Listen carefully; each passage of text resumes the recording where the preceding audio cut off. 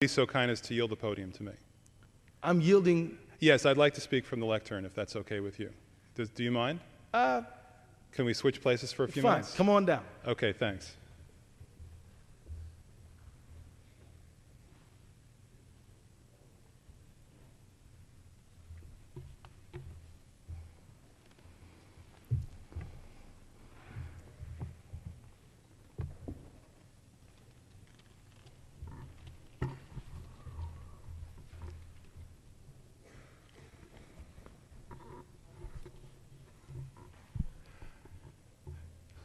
I want to thank the gentleman for yielding his time temporarily, and thank the gentleman for bringing up the important subject of the day, which is financial reform in America.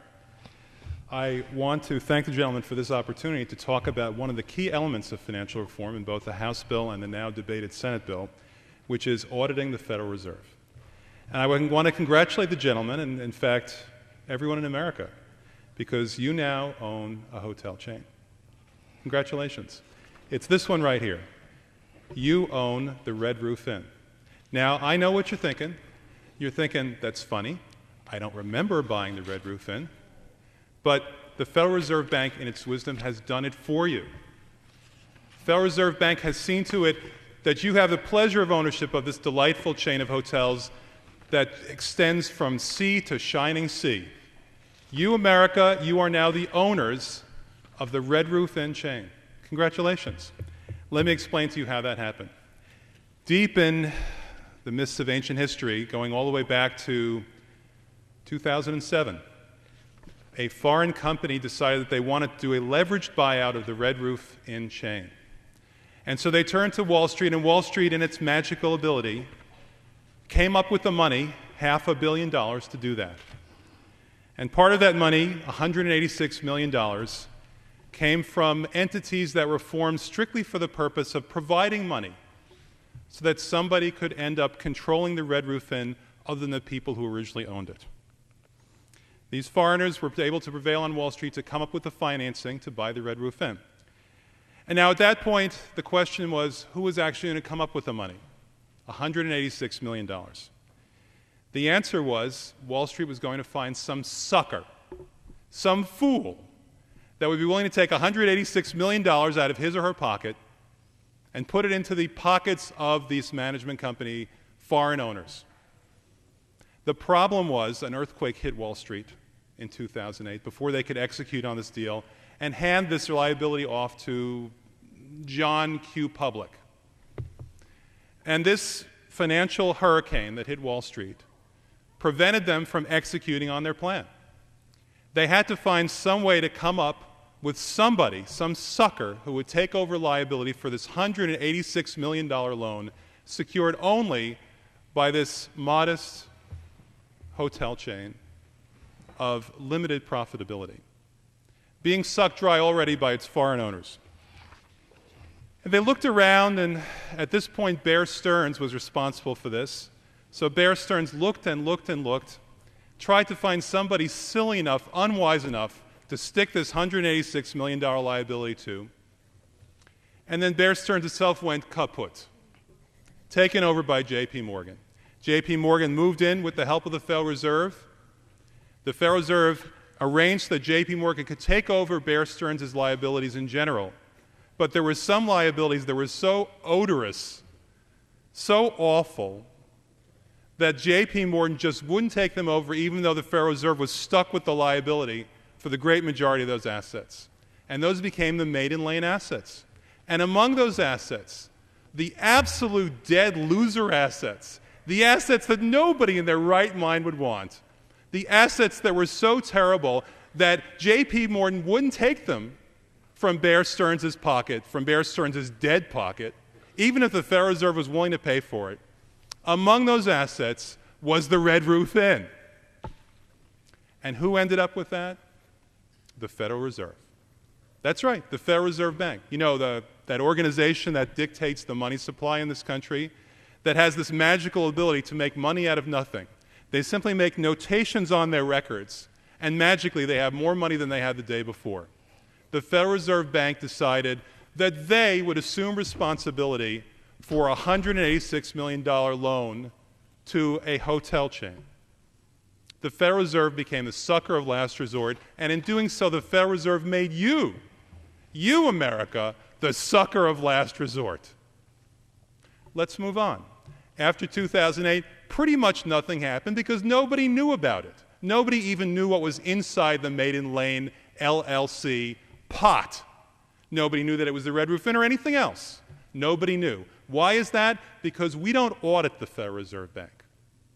All they had to do was come up with a line on their balance sheet that said Maiden Lane LLC, and for 2 years nobody knew what the heck was in it. And then after enormous political pressure from Congress, from this entire country, the Federal Reserve gave us a list of assets and what they called notional value for those assets. Because, you know, when you can make money, when you can create it, when you can just make it appear, everything's notional. It's all notional. That's all there is. And so we found out at the beginning of this year that among those things that the taxpayers now have responsibility for through the Federal Reserve is this wonderful, enormously valuable, at least they want you to think this, chain of hotels called the Red Roof Inn. And it stretches all the way from California to Maine. In fact, one of the properties happens to be the Red Roof Inn Convention Center property right in Orlando, right in my district. I am so proud. I think I'll stop by there and ask for a free room. So, what happened then? Well, what do you think? It went bad. It went really sour. Because right now it's not such a good time for the hotel industry, and they leveraged this business to the gills. They had leveraged it up to here, $500 million from a series of properties that barely made any money in great times, and now it's not so great times, as you may have noticed. So what's happened is very simple. They're not paying on the debt.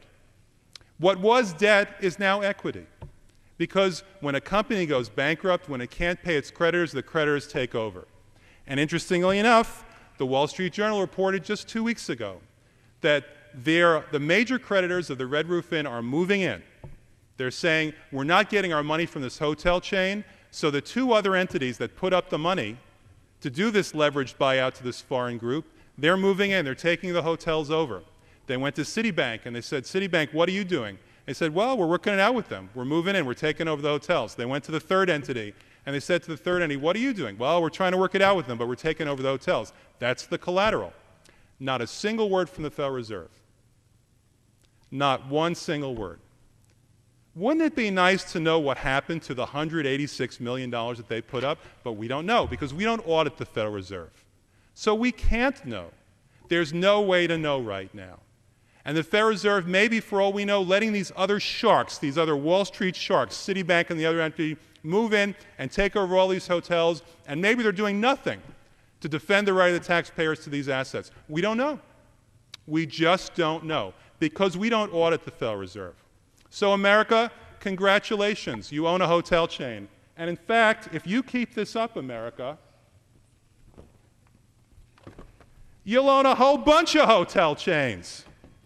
Because it turned out that the Maiden Lane LLC pot of money that the Federal Reserve assumed liability for, 86% of that is called the hospitality business.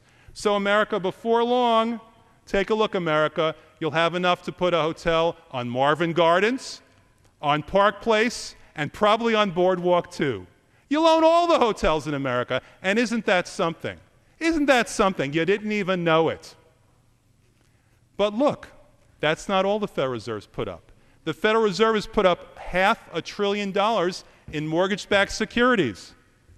What are mortgage-backed securities?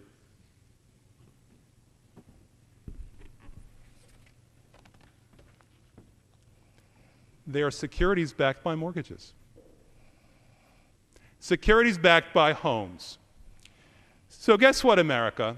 Before long, you will not only be owning hotel chains all around this country, but you'll be owning houses too.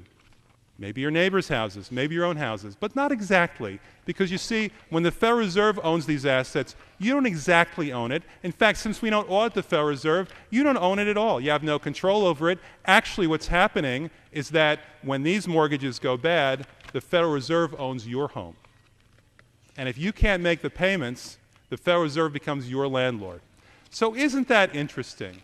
For all this time, we've been hearing about socialism, communism, creeping government control of our economy, how we shouldn't have the government owning GM, how we shouldn't have the government owning major banks, and it's been happening by stealth because we don't audit the Federal Reserve.